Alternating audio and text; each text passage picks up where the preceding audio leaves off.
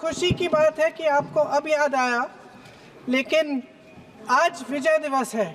मैं देश की जनता को नमन करना चाहती हूँ कि आज के दिन जो विजय भारत ने पाई वो उनके बिना नहीं हो सकता था। उस समय भारत अकेला खड़ा था, पूरे विश्व ने कोई सुनवाई नहीं की। इंदिरा गांधी जी उस समय प्रधानमंत्री थी। मैं उनको नमन करना चाहती हूँ कि बांग्लादेश में जो अल्पसंख्यकों के साथ, जो हिंदुओं और ईसाइयों के साथ अत्याचार हो रहा है, उसके खिलाफ इस सरकार को आवाज उठानी चाहिए। बांग्लादेश की सरकार के साथ बातचीत करनी चाहिए और पूरा समर्थन देना चाहिए जिनको पीड़ा हो रही है उनके साथ। फ्रांसिस जी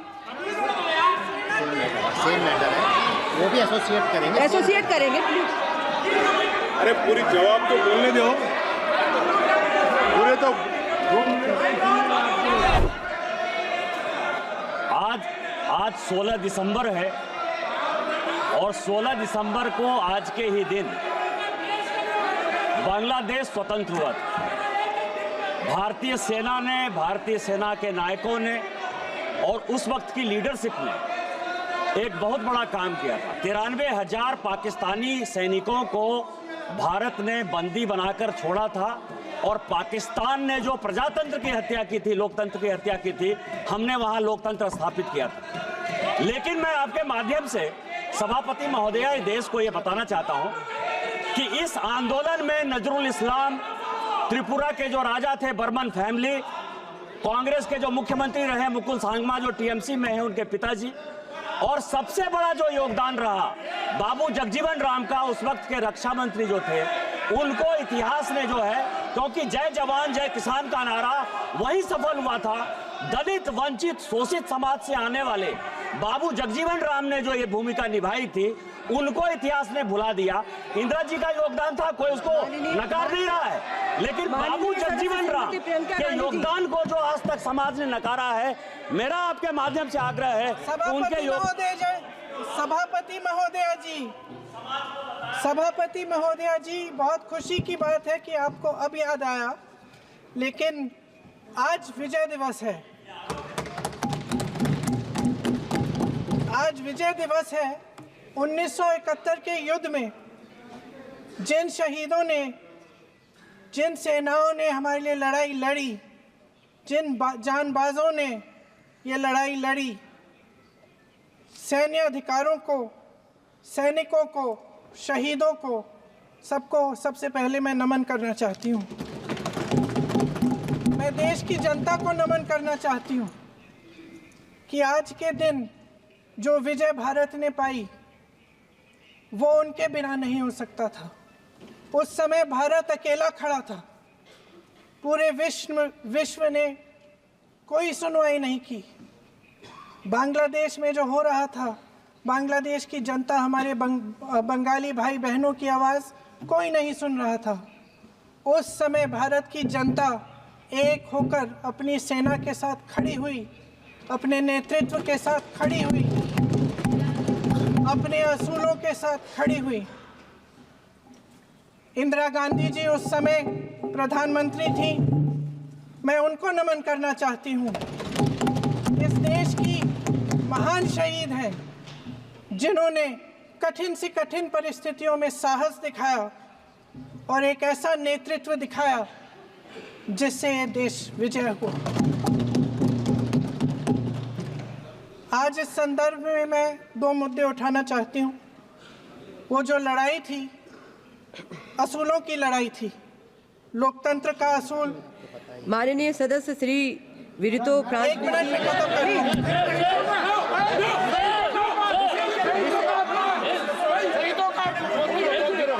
मैं संक्षिप्त में बोल देती हूँ। कंप्लीट करिए सभापति महोदया जी, मैं संक्षिप्त में बोल देती हूँ। कंप्लीट करिए। 2 मुद्दे हैं, संक्षिप्त में बोल देती हूँ।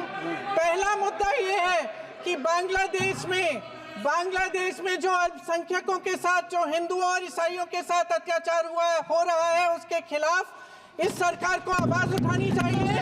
बांग्लादेश की सरकार के साथ बातचीत करनी चाहिए और पूरा समर्थन देना चाहिए जिनको पीड़ा हो रही है उनके साथ। फ्रांसिस जी सेम मैटर है, वो भी एसोसिएट करेंगे। एसोसिएट करेंगे प्लीज। अरे पूरी जवाब तो बोलने दो। पूरे तो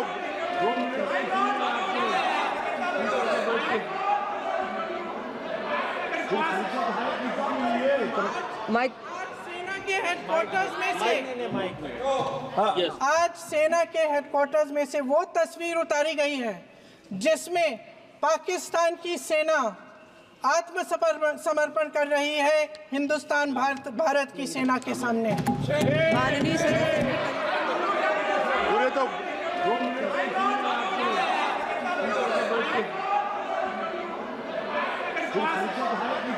खुशी की बात है कि आपको अब याद आया, लेकिन आज विजय दिवस है।